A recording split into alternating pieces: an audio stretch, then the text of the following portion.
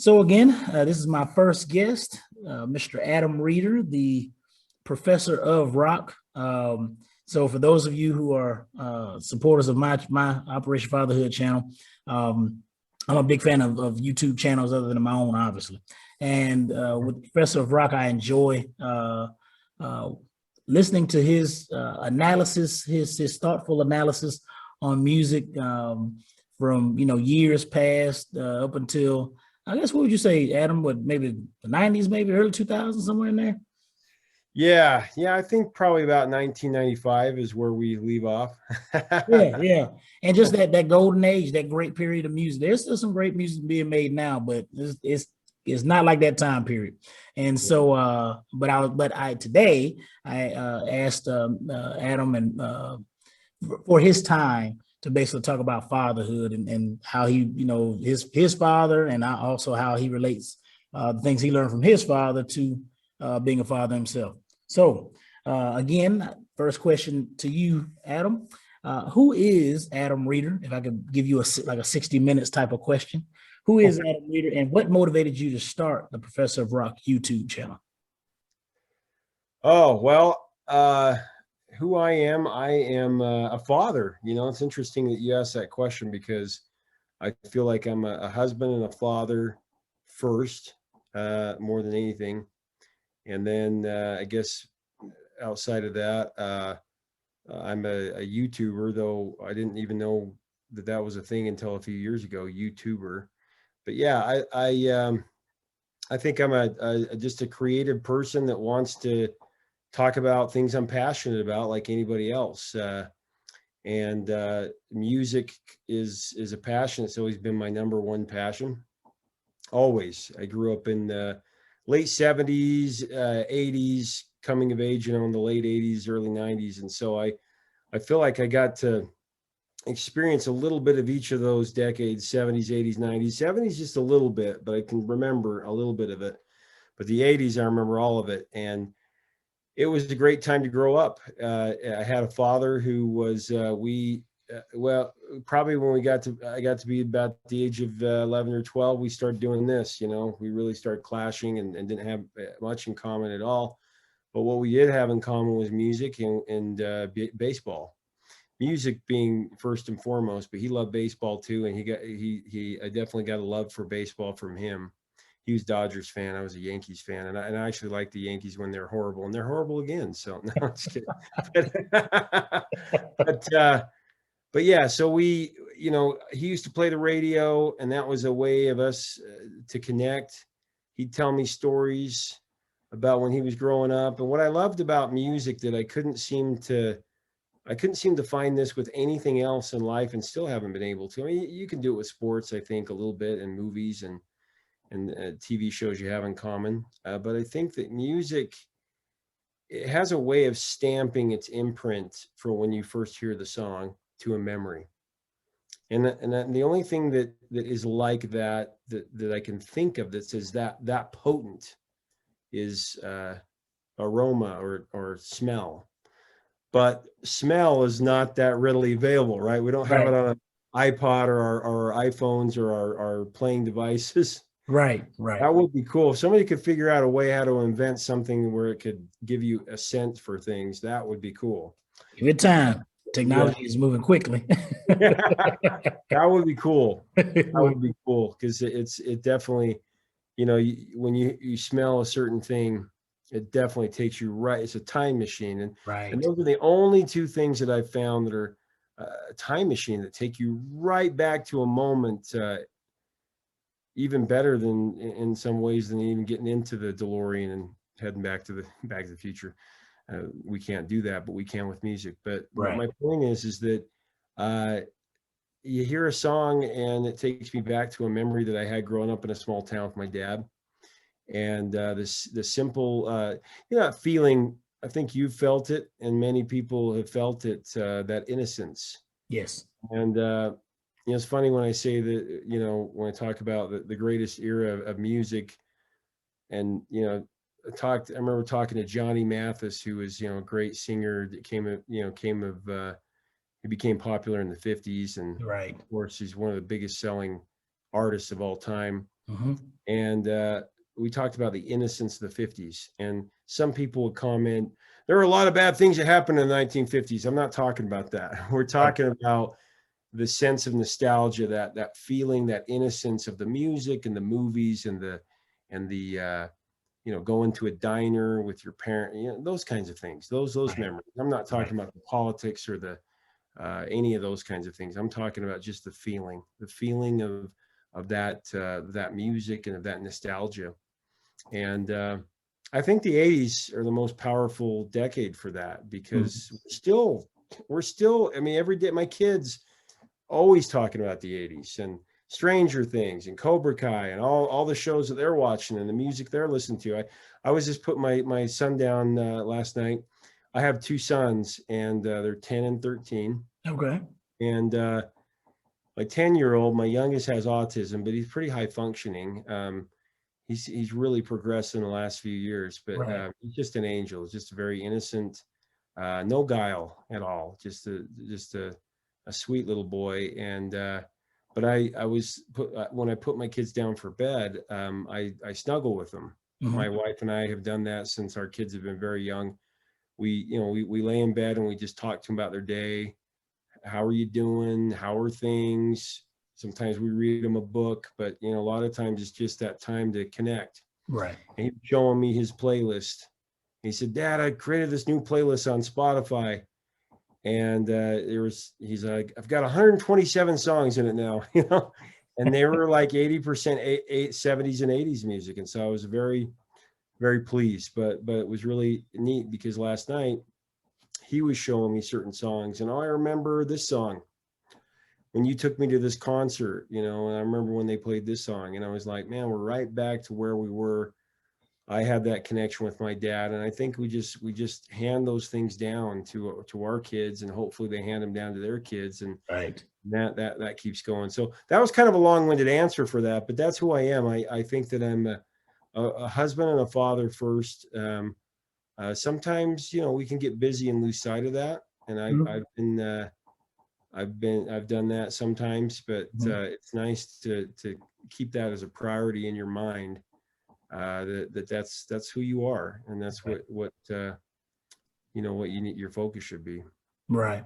That's an excellent answer. And, I'm glad you actually brought up your father yet again, which like I said, that was one of the things I connect with, especially with your channel. Besides the great music that you constantly bring up, I think the latest video I watched was currently about Brian Ferry, and just Yeah, thinking about, like I said, you bring up so many different artists, some artists that I had heard and I may have even kind of passed by hearing them, or kind of like, oh, okay, yeah, I need to check out that artist, but then kind of put it in the back burner. And yeah, then, you bring up a new person like, oh, I'd always said I was going to go back and check out Roxy music and didn't do it. So, but another thing I really love and appreciate about what you do is how you have, like, you said with your son, you bring these great stories, personal stories, and attach it to these songs and the music. But you also bring up your father. And I'm very big on dads. I'm very big on my father, and he's been a blessing to me. And so that's what I was going to ask you is, how do you think that your father, okay, how did he inspire you to be the father that you are today? And you kind of answered it a little bit in your first answer, but I'd like to see if you go more in depth about it. sure, yeah. Well, I bet you are a great father. I try. Yeah. I mean, I think it's great that you have a channel, Operation Fatherhood. That's your screen name, and I think that we live in a time where sometimes fathers are a little pushed to the side, and things are changing every day. And I think fathers and mothers and all families are important. I don't ever want to downplay any family relationships. We all need each other, Right. but I think it's okay for us just to love everybody and love one another, and appreciate all. And there's no reason for us to not, you know, say father or mother, or take that importance away, because my father was really, really important. And the reason I say this, I'll tell you right now, why I believe that fathers are so important, as well as mothers, is because there's a lot of damage I see in a lot of people who didn't have fathers, or their fathers left, or now sometimes mothers are leaving, and it causes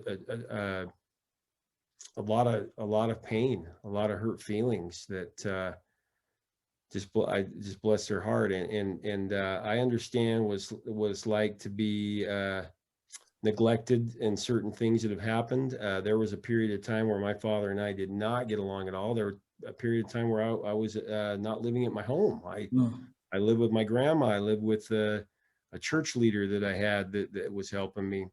Uh, and that was very those were tough times. Mm. But it made me appreciate the fact that my father came from a very tough background. He had a father that was an alcoholic. He's Mm. very abusive, and my dad had a lot of pain. And I tell you, my dad made some changes in his life that a lot of men don't do. They don't Right. make those kind of changes. He Right. he uh, he stepped away from some things that could have caused a lot of harm in his life. Habits that he'd grown up learning and things like that, and he Mm. stepped away from those things. He overcame. That was a great example to me that you can change the you can break the circle. Right. You can do that. It's possible. And he taught me about hard work. you know he expected me to pull my weight. When I was about 11 years old, he said, it's about time that you fend for yourself in a lot of ways. I want you to be able to, pay for your own school clothes. I Mhm. want you to be able to pay for your gas when you get a car, when you start driving. I came from Idaho, where you got your driver's license a lot younger because it was Oh a wow. farming community. So people got their driver's licenses when they were 14. Wow. Started having, getting cars or earning money. Yeah, I earned the money to buy my car and to pay for my gas and those kinds of things. And he taught me how to be independent. Mhm. He taught me that you got to go out and make your own way, and you can't rely on other people. You can rely. I don't mean to say that there's not community and things like that, but he taught me to be self-sufficient, and I'm really grateful for that, because I use it every day, and I try to pass that on to my own kids. Um, that that I try to find, ways to help them to be self-sufficient, to help them to learn how to work. That Right. hard work, I think, is important. I think if kids can learn how to work and to set goals Mhm. and earn their money to buy a certain thing. Like my son right now has a uh, one of those, I think it's called an Oculus, those things you put on and you play video games, or the virtual reality thing. I hope I'm calling it the right thing. I'm getting old. I That's understand. I don't even know side. that I'm getting old that I don't even know what it's called, but Oculus, I think. But I think it's a $400 thing, and he wants that, and I said, well, I'm willing to help you with that, but I want you to earn half. And Mm. so he's got a little piece of paper that he's pinned on his wall, and he writes down, he's earned the money, and he's got the goal sitting there. And I think that's great because, and he did that all his own. That's Uh, excellent. I didn't tell him to do that. He did that. And so hopefully as fathers, our kids are hearing us. Right. Sometimes we don't think they're listening, but they are. And Right. not only are they listening when we're trying to give good advice, but they're also listening when we and they're also watching when we might make a mistake. And so Right. that's why we have to be a good example. I can give you plenty of situations uh, when it came to making a mistake where, my kids, and I think it has to even do with your like YouTube channel. What you put on YouTube, that's out there forever. Most definitely. So, I try to be very careful on YouTube. That I've done it a few times where I don't want to make fun of or rip on other people's music. I have a heart. I can say overall today that the mainstream music out there is not what it was back in the day. But I try to be positive. I think it's important to be positive because my kids watch that sometimes. Mhm. And sometimes they've shown their friends. And I remember one time my son said, "Dad, I think you said a cuss word." So I was like, I don't think I did. I think you were mixing that up with something else. But if I did, it was like a hell or a damn or something like that, because I make sure I don't swear. But I bring that up just because I think that's important as a father, that you set an example for your kids, because how many times are they going to say, but you did it, so anyway, I don't know if that answered the question, but I think that my dad taught me hard work and taught me how to work hard, and to be ambitious and to set goals.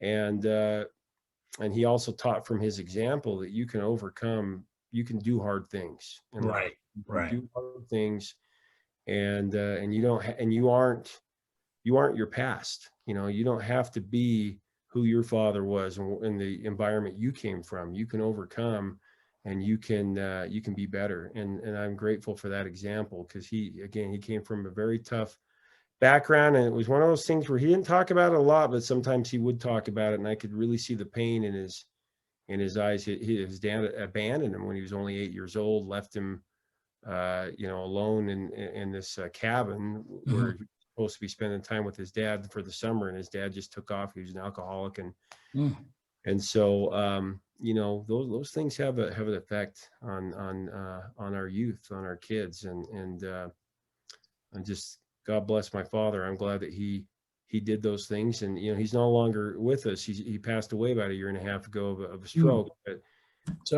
that's thank you for saying that. But that's what's great about music, is that there isn't a day that goes by that I don't think about him at least 100 times, and it's mostly because of that music, and because of situations where my own kids, certain things come up, and I'll remember, oh, this is how my dad handled that, or this is what I learned from my dad on that. And sometimes we can learn what not to do too. That's just as important sometimes as what to do. We're all human, and we all make mistakes. I've made plenty of them. So very true. Good point. I appreciate it. There's a lot in that. Hope you fathers are getting what he was saying. He's putting down. At least one of the things I think that you're talking about, that your father taught you, that to having a work ethic and be not afraid to work hard.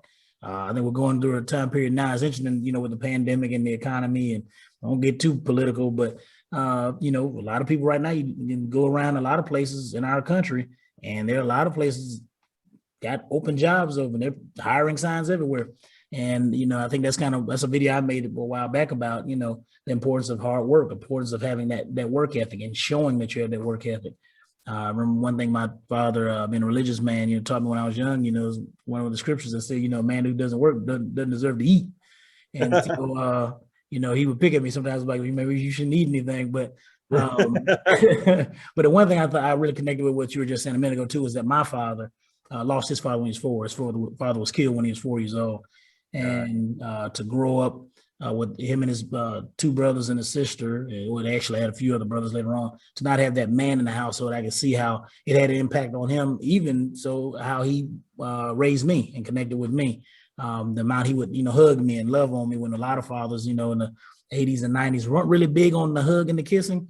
It's not really as popular, and that was a big thing for him. And I think because, not completely, but I think partially, he didn't have that. And so he wanted to make sure that his son knew that he loved his son. So I love it. I love